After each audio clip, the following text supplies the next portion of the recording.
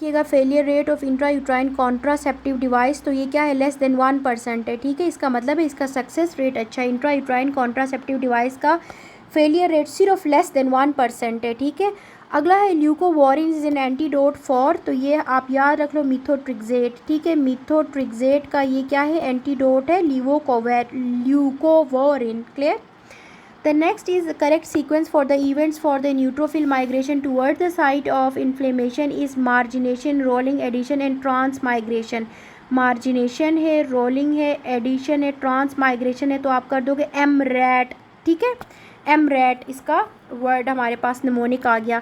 A patient blood agglutinates with the anti sera A and D and it contains agglutinin B, the group type is, तो ये हमारे पास क्या है, ए positive है। ए positive के अंदर मौजूद क्या होता है बच्चों, इसके अंदर एंटीजन तो ए मौजूद है, ठीक है, एंटीबॉडी बी मौजूद है, तो इसीलिए इन्होंने कहा है कि एग्लूटिनिन बी मौजूद है। कहा है ना कि it contains agglutinin B, agglutinin antibody का दूसरा नाम है।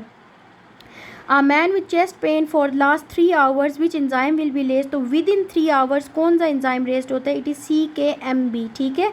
Pyruvate is intermediate between the glucose and acetyl coenzyme A, ठीक है।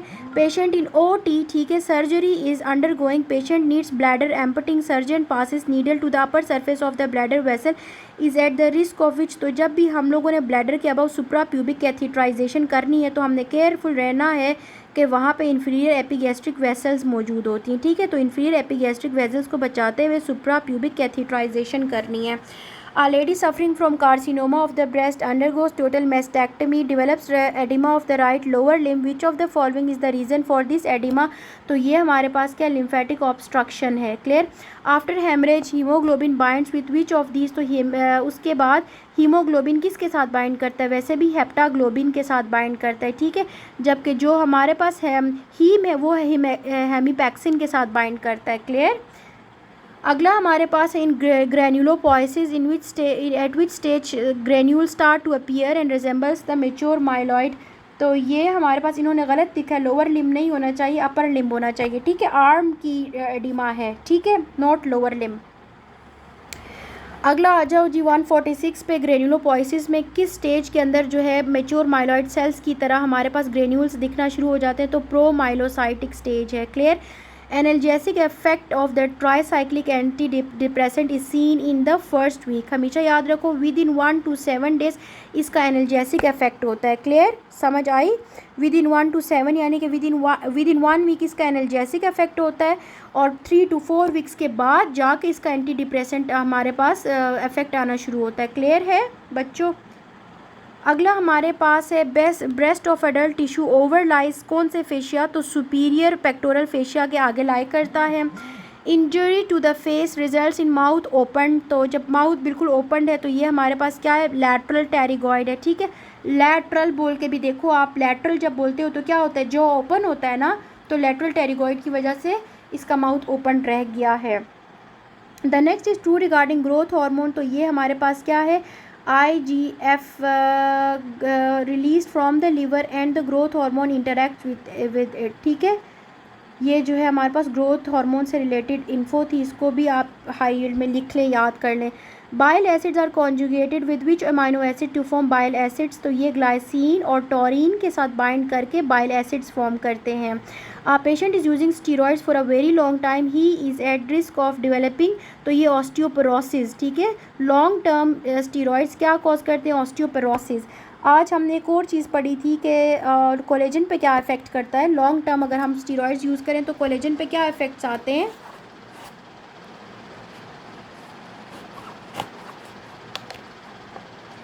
एक्सीलेंट, कोलेजन की प्रोडक्शन जो है वो डिकम्पोजिशन हो जाती है, ठीक है, डिकम्पोजिशन कम हो जाती है, डिपोजिशन, तो डिक्रीज कोलेजन प्रोडक्शन है।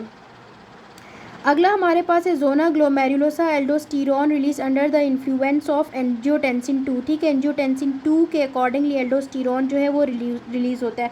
आपको कल मैंने एक असाइनमेंट दी थी GFR की, ठीक है, किसी ने मुझे नहीं भेजी कि कौन से पार्ट ऑफ एड्रीनल जो ग्लैंड है, एड्रीनल ग्लैंड का ऊपर जो एड्रीनल ग्लैंड है GFR, किस पार्ट से कौन से हार्मोन्स रिलीज़ होते हैं। मैंने आपको कहा था ना कि GFR इसका निमोनिक है और आप सब मुझे करके दिखाओगे, किसी ने भेजना मुनासिब नहीं समझा। क्यों?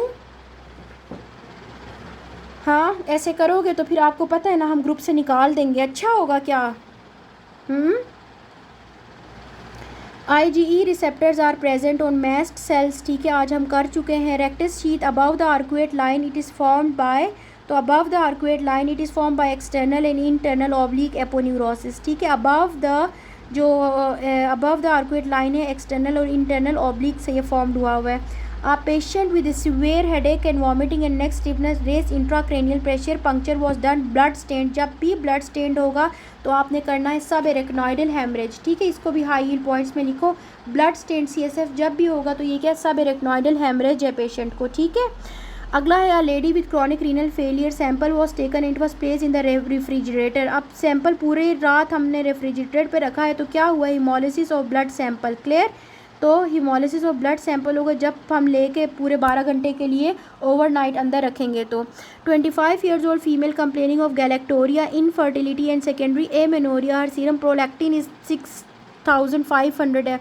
विच of the other signings of compression are likely to be the diagnosis. तो ये हमारे पास क्या करेगा, ये मैक्रो प्रोलैक्टिनोमा के साइंस है। ठीक है, अब देखो सबसे पहले हमारे पास मैक्रो प्रोलैक्टिनोमा हम कब कंसीडर करते हैं, मैक्रो प्रोलैक्टिनोमा ग्रेटर देन 500 जब उसका होगा रिलीज़। ठीक है, तो उसको मैक्रो प्रोलैक्टिनोमा कॉज करते हैं। जबकि सिर्फ 1000 से 5000 तक होगा तो उसको माइक्रो प्रोलैक्टिनोमा कंसीडर करते हैं।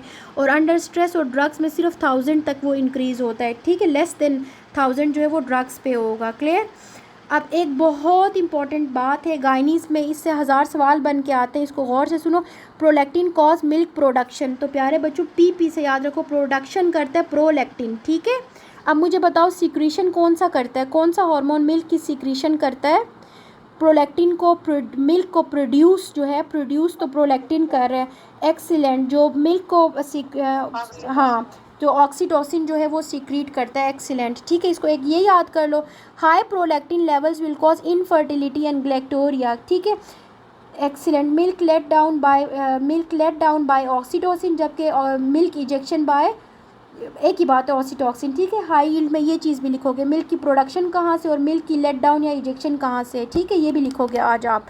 अगला हमारे पास है कि जब भी प्रोलैक्टिन हाई लेवल में मौजूद होगा तो इनफर्टिलिटी कॉज होगी। क्लियर? ये जो PCOS वगैरह है, इसलिए हम लोग क्या कराते हैं, प्रोलैक्टिन लेवल्स भी करके देखते हैं। ठीक है, हाई प्रोलैक्टिन लेवल करता क्या है कि GnRH को डिक्रीज़ कर देता है। ठीक है, जो हमारे हाइपोथैलेमस से GnRH डिक्रीज़ हो रहा है उसको रिलीज़ हो रहा है उसको डिक्रीज़ कर देगा। जब डिक्रीज़ होगा तो ओव्यूलेशन नहीं होगी। ठीक है, समझ आ गई? तो ये क्या होगा, अल्टीमेटली जाके इनफर्टिलिटी का कॉज होता है। Am I clear? आगे चलो। अच्छा, the next one is blow out fracture of the orbit with ptosis and loss of cheek sensation, it is due to, तो ये हमारे पास इंफ्रा ऑर्बिटल नर्व डैमेज। ये लॉस ऑफ चीक सेंसेशन है, ptosis है, तो इंफ्रा ऑर्बिटल नर्व जो है वो डैमेज हुई है।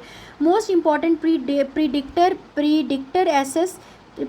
To assess the compliance therapy of the patient, तो उसके लिए हम लोग क्या देखते हैं, patient's own perception of severity of the disease. ठीक है, अगर हमने देखनी हो कि पेशेंट खुद अपनी दवाइयों की तरफ कितना कंप्लायंट है, अपनी ट्रीटमेंट और थेरेपी की तरफ, तो हम लोग ये चीज़ देखेंगे कि पेशेंट को अपनी जो भी डिज़ीज़ या सीवियरिटी है उसके बारे में कितना परसेप्शन है, पेशेंट कितना आगाह है। ठीक है, उसको ये पता है कि नहीं कि उसकी कितनी सीवियरिटी है डिज़ीज़ की। ठीक है, अगला हमारे पास है in dehydration maximum water is absorb in, तो ये हमारे पास क्या है, प्रॉक्सिमल कॉन्वुलेटेड टिब्यूल। ठीक है, जब भी डिहाइड्रेटेड स्टेट होगा तो प्रॉक्सिमल कॉन्वुलेटेड टिब्यूल से ही वाटर रीएब्जॉर्ब हो जाएगा। ठीक है, और फिर कंसनट्रेटेड यूरिन बनेगा। क्लियर? एग्री और नॉट?